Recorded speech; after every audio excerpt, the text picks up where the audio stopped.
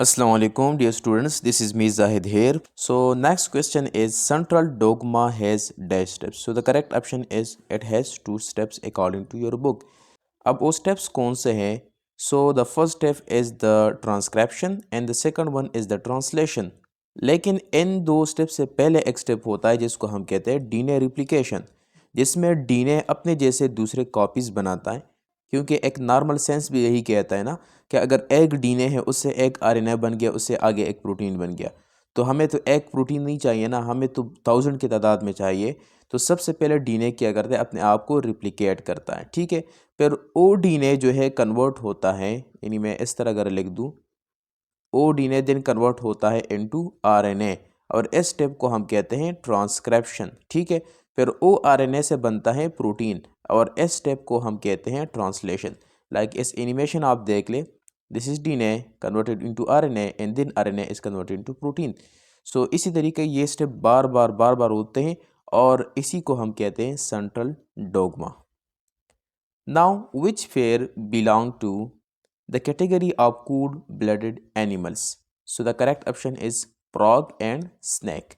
अब इनको पढ़ते हैं कि cold-blooded animals and warm-blooded animal कौन से हैं, इसके करेक्टरिस्टिक क्या है और इनके एग्जाम्पल्स क्या हैं। ठीक है, सो इस साइड पे फीचर्स, दिस इज cold-blooded जिसको हम एक्टोथर्म कहते हैं, एंड warm-blooded जिसको हम एंडोथर्म कहते हैं। Endo means from inside and therm means heat, यानी these organism generate or take their heat from inside of the body, while active means outside, yani environment. So these organisms take their heat from the environment. Number first is body temperature. तो varies with the environment because इनका जो body का temperature होता है वो depend करता है बाहर environment पे। अगर बाहर सर्दी है तो इनका temperature कम होगा, बाहर गर्मी है तो इनका temperature ज़्यादा होगा। ठीक है, जबकि इधर कांस्टेंट रहती है। लाइक हम ह्यूमन जो है ना, अगर सर्दी है गर्मी जो भी है, लेकिन हमारी बॉडी का जो टेम्परेचर है वो एक कांस्टेंट रहती है। ठीक है, एग्जाम्पल क्या है, रेप्टाइल्स, एम्फीबियंस एंड फिश, यानी जो 5 क्लासेस हैं कॉर्डेट्स का, उनमें जो फर्स्ट 3 है फिश, एम्फीबियन एंड रेप्टाइल्स, ये हमारे पास क्या है, कूल ब्लडेड है। जबकि नेक्स्ट 2 हमारे पास है mammal and birds, these are warm blooded are endotherms. Metabolism क्या होता है, वेरिएबल होता है, depend upon the ambient temperature, जो बाहर की टेम्परेचर है उन पे डिपेंड करता है। ठीक है, इधर हमारे पास हाई होता है एंड कांस्टेंट होता है। हाई क्यों होता है, क्योंकि इन ऑर्गेनिज्म ने हीट जनरेट करना होता है from the metabolism of their body. तो हर टाइम इसमें हाई मेटाबॉलिज्म होगा ताकि बॉडी का जो टेम्परेचर है वो कांस्टेंट रहे। ठीक है, एनर्जी एंड फूड रिक्वायरमेंट इधर इज़ लो, इधर इज़ हाई। क्यों हाई है, क्योंकि मेटाबॉलिज्म के लिए फूड चाहिए, एनर्जी चाहिए, तो इसलिए इनको हाई अमाउंट में ये चीज़ें चाहिए। जबकि इनके लिए हीट तो इन्वायरमेंट, बाहर जो इन्वायरमेंट हो उनकी तरफ से आता है, तो इनको इतना ज़्यादा ज़रूरत नहीं होता। एडाप्टेशन बिहेवियर, यानी जब इनको सर्दी लगती है, गर्मी लगती है, तो इनके लिए क्या एडाप्टेशन करता है, तो बास्किंग, यानी अगर इनको सर्दी लगती है तो धूप लेते हैं ये। ठीक है, और जब इसको गर्मी लगती है तो ये क्या करते हैं, शेडो में चले जाते हैं। ठीक है, और जबकि जो वार्म ब्लडेड एनिमल है, चूँकि इनका तो इस तरह कोई सीन नहीं है, इसलिए they are active in the diverse environment. ठीक हो गया। HIV attach to the host cell by, तो HIV होस्ट सेल के साथ अपने ग्लाइकोप्रोटीन के जरिए अटैच होता है। And here is a diagram, this is the host and this is HIV। ठीक हो गया, this is HIV, human immunodeficiency virus. This is glycoprotein 120, this is glycoprotein 41। इनके जरिए ये अटैच होता है with the host CD4 cell. और आपको पता है HIV का होस्ट क्या है, T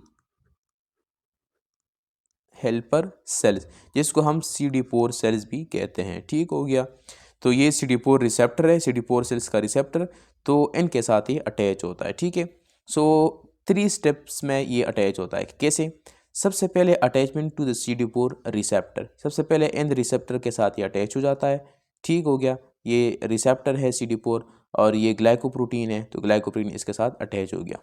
फिर क्या होता है नेक्स्ट में, अटैचमेंट टू द को रिसेप्टर, दिस इज द को रिसेप्टर CC5R। ठीक है, या CCR5 होगा या CXCR4 होगा। ठीक है, तो नाम याद रखने की कोई ज़रूरत नहीं है, जस्ट आपने ये याद रखना है ये सबसे पहले ये CD4 रिसेप्टर के साथ अटैच होता है, देन को रिसेप्टर के साथ, और आखिर में क्या करता है, फ्यूजन और एंट्री कर देता है। तो now this is fused and enter हो गया और फिर आगे का प्रोसेस शुरू कर देता है। ठीक है, so glycoprotein is your right option.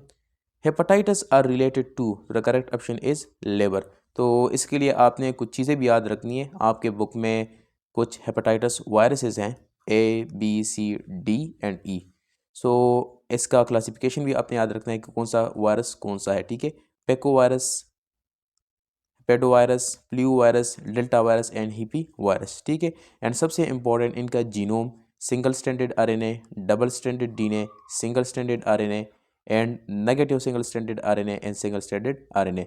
तो इसमें आप देख लें, this one and this one, all these are single stranded except the hepatitis B virus which is double stranded। सो आपने हेपेटाइटिस डी को याद रखना है कि ये हमारे पास डबल स्ट्रैंडेड है, जबकि बाकी सारे सिंगल स्ट्रैंडेड आरएनए वायरस है। इसमें एक और क्वेश्चन ये पूछा जाता है कि हम हेपेटाइटिस डी को रोकने के लिए हेपेटाइटिस बी के अगेंस्ट वाले वैक्सीन क्यों इस्तेमाल करते हैं। लाइक फॉर एग्जांपल एक पेशेंट को हुआ है हेपेटाइटिस डी, ठीक हो गया, तो हम उसको जो वैक्सीन देते हैं वो हम अगेंस्ट देते हैं, किसके अगेंस्ट, हेपेटाइटिस बी वायरस के। सो इसका आंसर ये है कि जो हेपेटाइटिस डी वायरस है ये खुद बॉडी के अंदर नहीं जा सकता। ठीक है, ये क्या करता है, हेपेटाइटिस बी वायरस जो है उसके ज़रिए अंदर जाता है। ठीक है, so hepatitis D lack the necessary component to replicate on its own. It uses the hepatitis B N वाला protein to gain entry into the liver cell and propagate। ठीक हो गया, तो जाहिर सी बात है अगर हेपेटाइटिस डी किसी को हुआ है तो जाहिर सी बात है उसने हेपेटाइटिस बी का जो एन वाला है उसको यूज़ किया है। तो अगर हम हेपेटाइटिस बी के अगेंस्ट वाली वैक्सीन यूज़ करें तो हेपेटाइटिस बी क्या हो जाएगा, मर जाएगा, वो ख़त्म हो जाएगा। तो हेपेटाइटिस डी जो है उसको मौका नहीं मिलेगा आगे काम करने का, क्योंकि वो खुद कर नहीं सकता ना।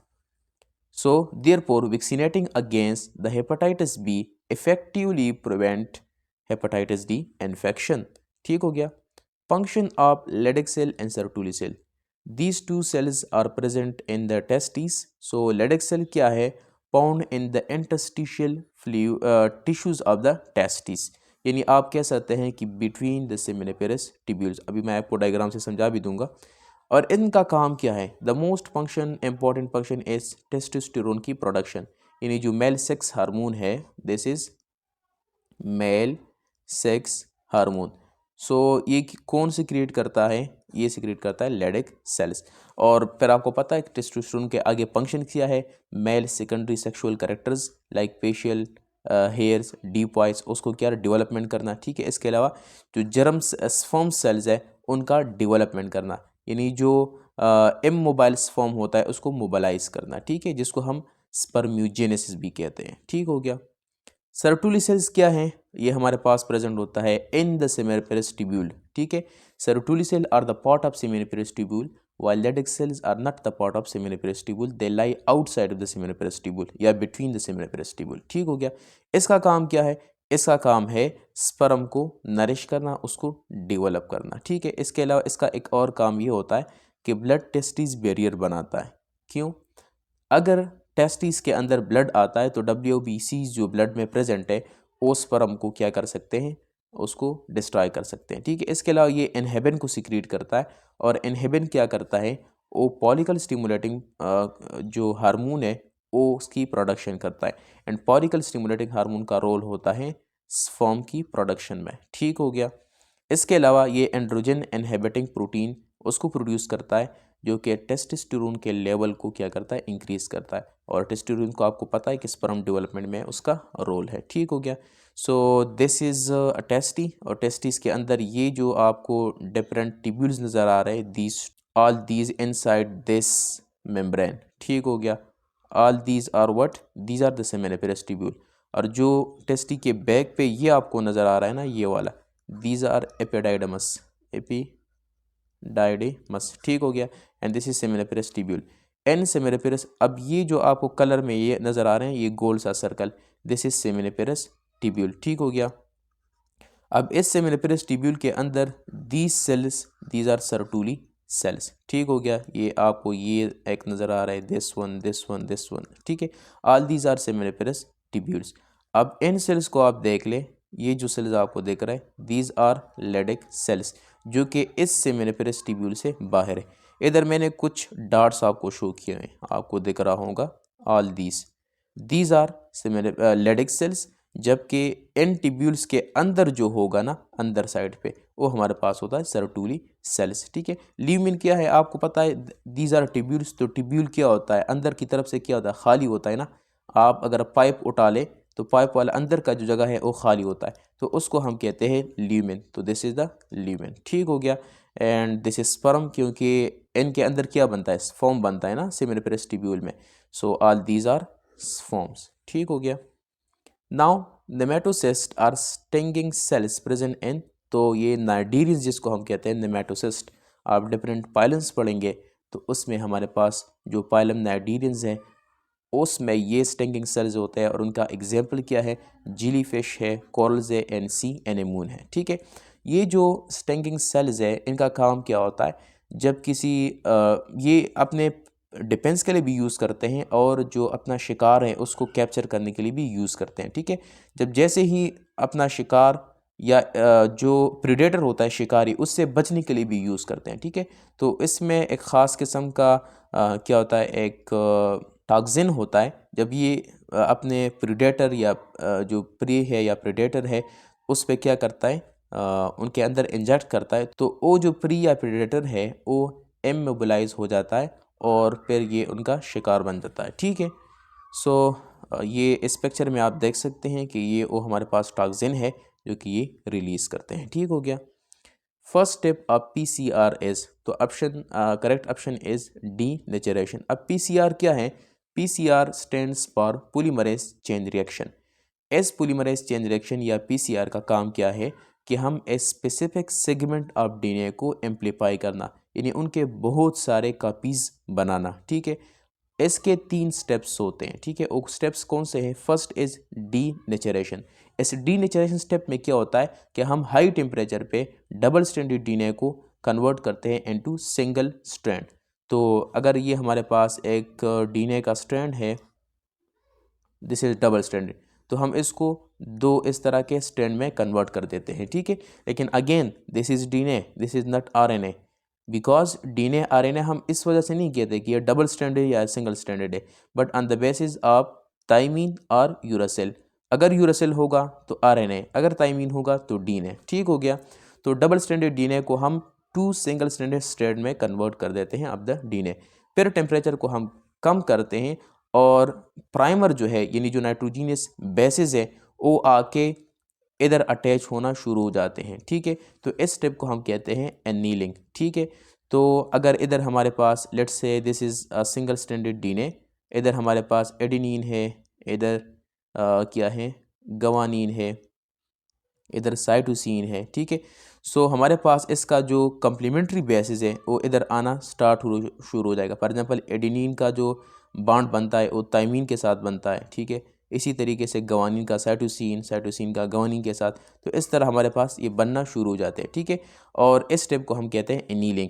और देन लास्ट स्टेप जो है वो हमारे पास एक्सटेंशन है। यही जो एनीलिंग है, यही जो नाइट्रोजीनियस बेसिस है, ये आगे इस तरह प्रोसीड करता है, और इस स्टेप को हम कहते हैं एक्सटेंशन, और इसके लिए रिस्पॉन्सिबल होता है डीएनए पॉलीमरेज एंजाइम। ठीक है, और इसमें भी हम टेम्परेचर क्या करते हैं, इंक्रीज़ करते हैं अप टू 72। ठीक हो गया। अब मैं इसको एनिमेशन के ज़रिए भी आपको समझा देता हूँ।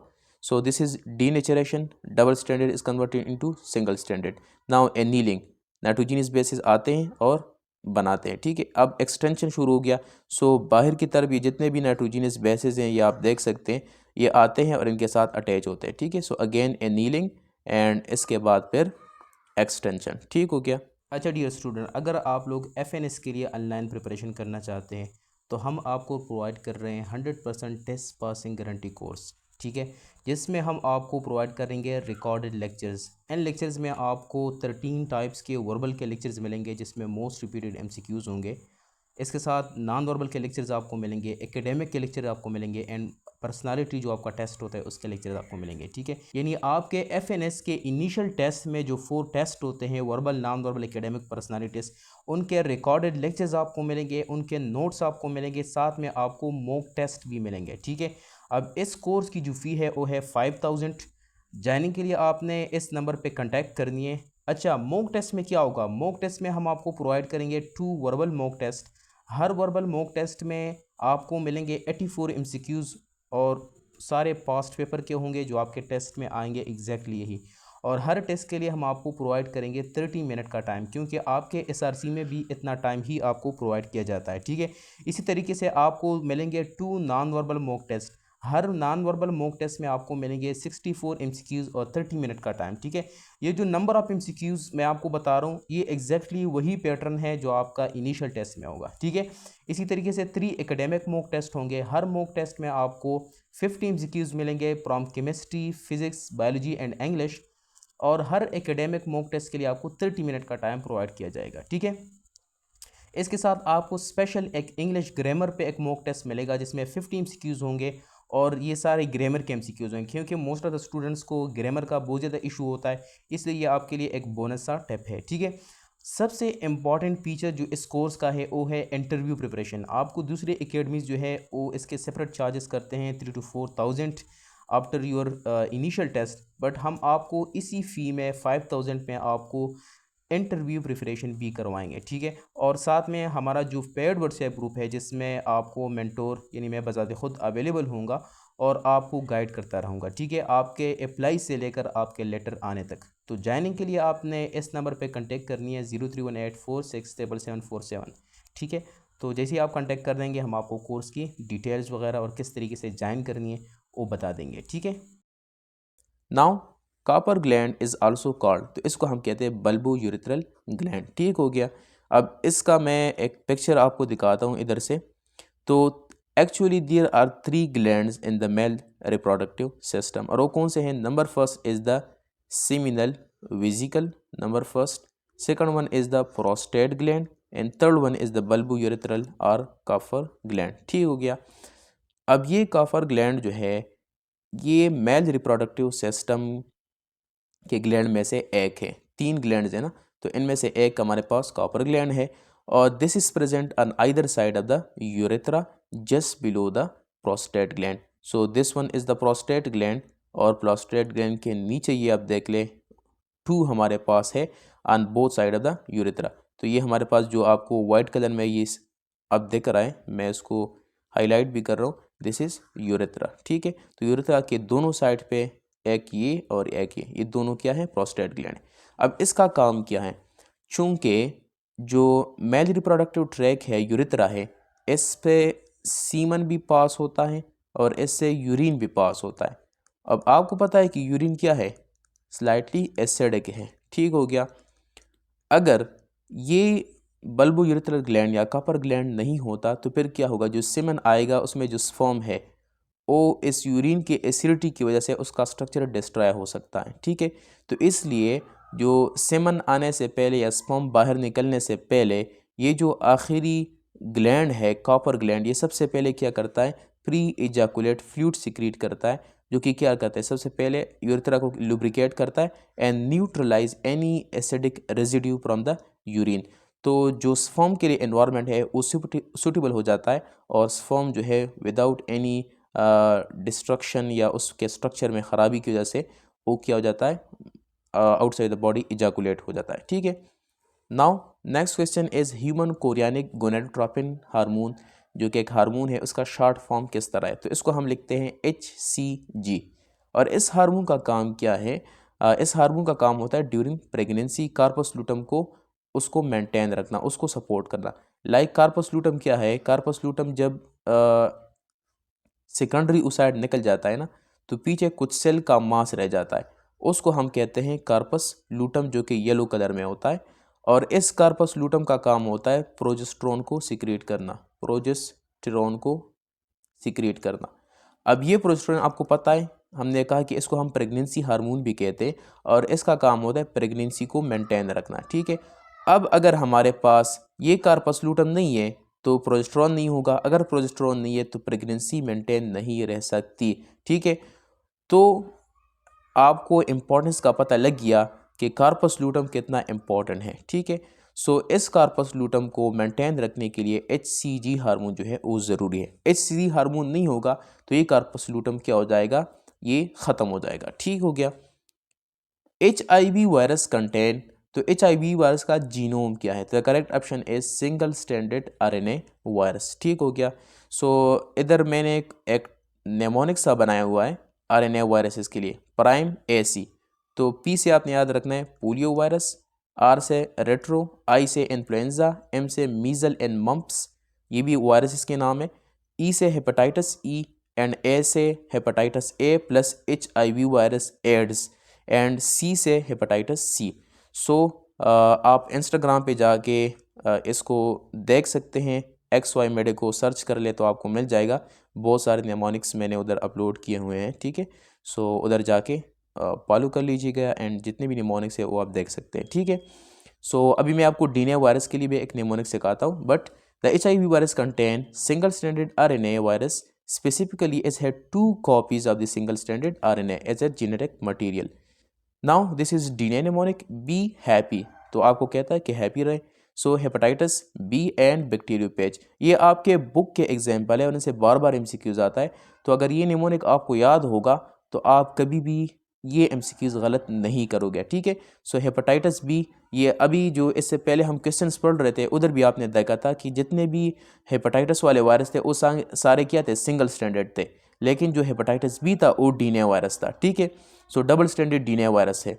इसके साथ बैक्टीरियोपेज, H से हमारे पास हो जाएगा हर्पीज वायरस, A से एडिनो वायरस, और कभी कभार इस पे ये MCQs आता है कि DNA virus is also called, तो DNA virus is also called adeno virus, और ये भी आता है कि RNA वायरस इज कॉल्ड, तो RNA virus is called retro virus. ठीक है, P से आपने पॉक्स वायरस और दूसरा जो P है उससे परो वायरस। ठीक हो गया, सो ये आपने याद रखना है। नाउ ये बुक का, आपके बुक का एक पेज है, उसका स्क्रीनशॉट मैंने इधर अटैच किया हुआ है, तो इसको आप ज़रूर एक दफ़ा देख ले कि कौन सा वायरस सिंगल स्टैंडर्ड है, कौन सा डबल स्टैंडर्ड है। ठीक है, सो अभी हमने HIV के बारे में बात कर ली, तो इधर आप देख सकते हैं कि HIV is single standard RNA virus. ठीक हो गया। इसके अलावा हमने इन्फ्लुएंजा की बात कर ली, इसके अलावा स्मॉल पॉक्स। ठीक है, नाउ क्लोरोफिल बी पार्टोल ring to contain, so option हमारे पास है methyl, aldehyde, ester, none of this. तो सबसे पहले इसको आप देख ले, आपको पता है क्लोरोफिल किधर होता है, लीव्स में होता है। So this is a structure, general structure of chlorophyll. So हमारे पास chlorophyll A, B, D and F। ठीक हो गया। अब इसने हमने रैंक 2 का पूछा है, तो this is rank number 1, this is number 2। ठीक हो गया, this is number 3 and this is 4 and this is 5। जो 3, 4, 5 है इनका स्ट्रक्चर सेम होता है, डिफरेंस सिर्फ आता है 1 एंड 2 में। तो this is R1, this is R2, this is R3 and this is R4। तो इसने रिंग नंबर 2 के बारे में पूछा है, तो ring number 2 is this one जिसमें R3 एंड R4 आता है। तो अब क्लोरोफिल बी में अगर हम R3 एंड R4 को चेक कर ले तो इधर हमारे पास जो ऑप्शन है वो हमारे पास 2 ऑप्शन बनते हैं, the one is the aldehyde and the one इधर is a ethyl functional group. तो अब ऑप्शन में देखें मिथाइल है, तो methyl is not correct. Aldehyde है, yes it is correct. Ester का कोई ऑप्शन नहीं है, none of this. So the correct option is option number B. Which nitrogenous base is not present in the RNA, so ये already हम discuss कर चुके हैं, the correct option is thymine. ठीक है, अब इसमें एक और चीज़ पूछा जाता है प्यूरिन एंड पिरामिडीन का, प्यूरिन एंड पिरामिडीन। ठीक हो गया। अब प्यूरिन क्या होता है, ये 2 रिंग स्ट्रक्चर है and pyrimidine is single ring structure. तो इसमें आप देख ले cytosine is single ring structure, so इधर हम लिख सकते हैं साइटोसिन। ठीक है, इस तरीके गवानीन को देख ले, डबल रिंग स्ट्रक्चर है, तो गवानीन आप इधर लिख ले गवानीन। ठीक हो गया। इस तरीके से एडिनिन को आप देख ले, तो adenine is double ring structure, तो एडिनिन हो गया। ठीक हो गया। इसके अलावा बाकी जो रह गए like thymine and uracil, these two are single stranded, you can see here this single stranded and similarly thymine is also single stranded। ठीक हो गया। सो कभी कभार ये भी पूछा जाता है कि which of the following is purine and which of the following is pyrimidine. तो प्यूरिन आपको पता है डबल रिंग स्ट्रक्चर है, ठीक है, and pyrimidine is single ring structure. और इसके एग्जाम्पल कौन से हैं? So these are the example of pyrimidine and these two are the examples of purine. ठीक हो गया, सो ये आपने याद रखना है।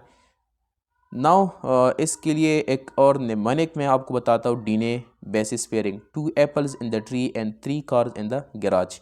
तो इसका मतलब क्या है? 2 apples adenine pairs with thymine, यानी ये बॉन्ड किस किस के बीच में बनता है? डीएनए का जो पेयरिंग है इस पर भी एमसीक्यूज आता है, सो ये आपने याद रखना है। 3 कार्स इन द गैराज, तो cytosine with the guanine and apple with the tree thymine. ठीक हो गया।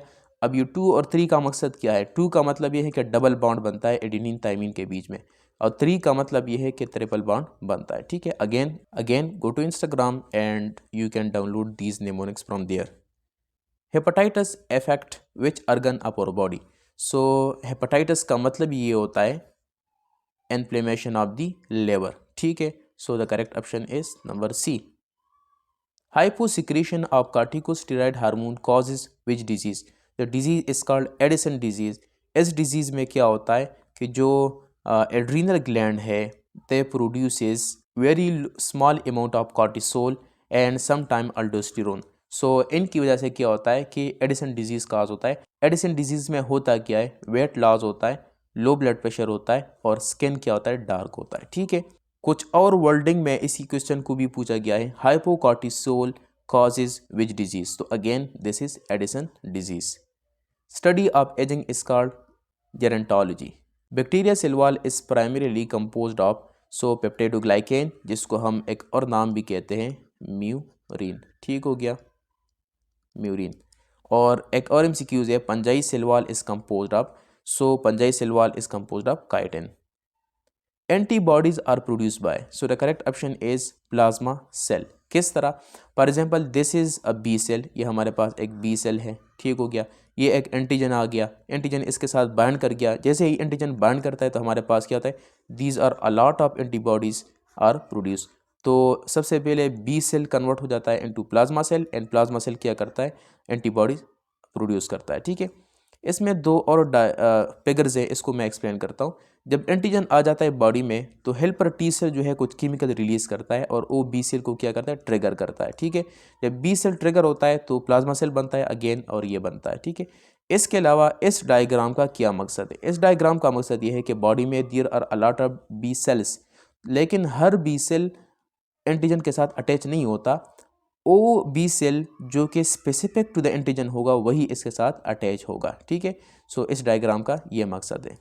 Water is transported in plant by, so the correct option is xylem. आपको पता है वास्कुलर जो बंडल होता है जिसमें 2 चीज़ें होती हैं, the one is the xylem and the other is the phloem. तो जाइलम जो होता है वो वाटर और मिनरल को, डिजॉल्व मिनरल को क्या करता है? ट्रांसपोर्ट करता है, जबकि फ्लोएम जो है वो फूड को क्या करता है?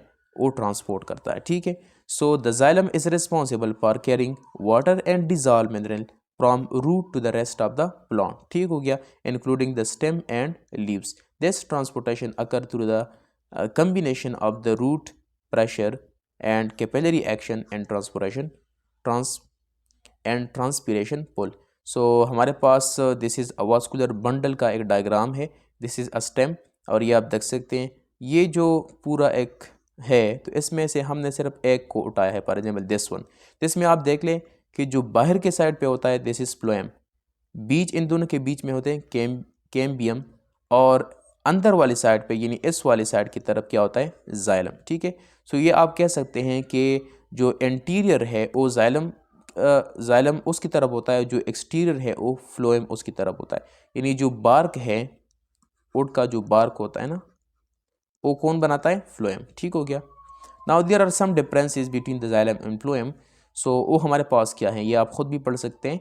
So this side is for xylem and this one is for phloem. ठीक है, तो जाइलम क्या करता है? Transport water and mineral, and this is one way, यानी ऐसा नहीं होता कि लीफ से जो है वो पानी को लेके आए रूट तक, यानी हमेशा रूट से जाएगा लीफ तक। ठीक है, लेकिन जो फ्लोएम है चूंकि वो पूड लेके जाता है तो it is a two way flow. क्यों?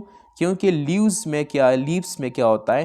वो उधर शुगर बनता है, शुगर वो रूट स्टेम और दूसरे ब्रांचेस की तरफ लेके जाए, जबकि रूट से जो मिनरल है साइल का वो भी ऊपर की तरफ लेके जाता है। ठीक है, so it is two way transport and this is a single way transport. ठीक हो गया।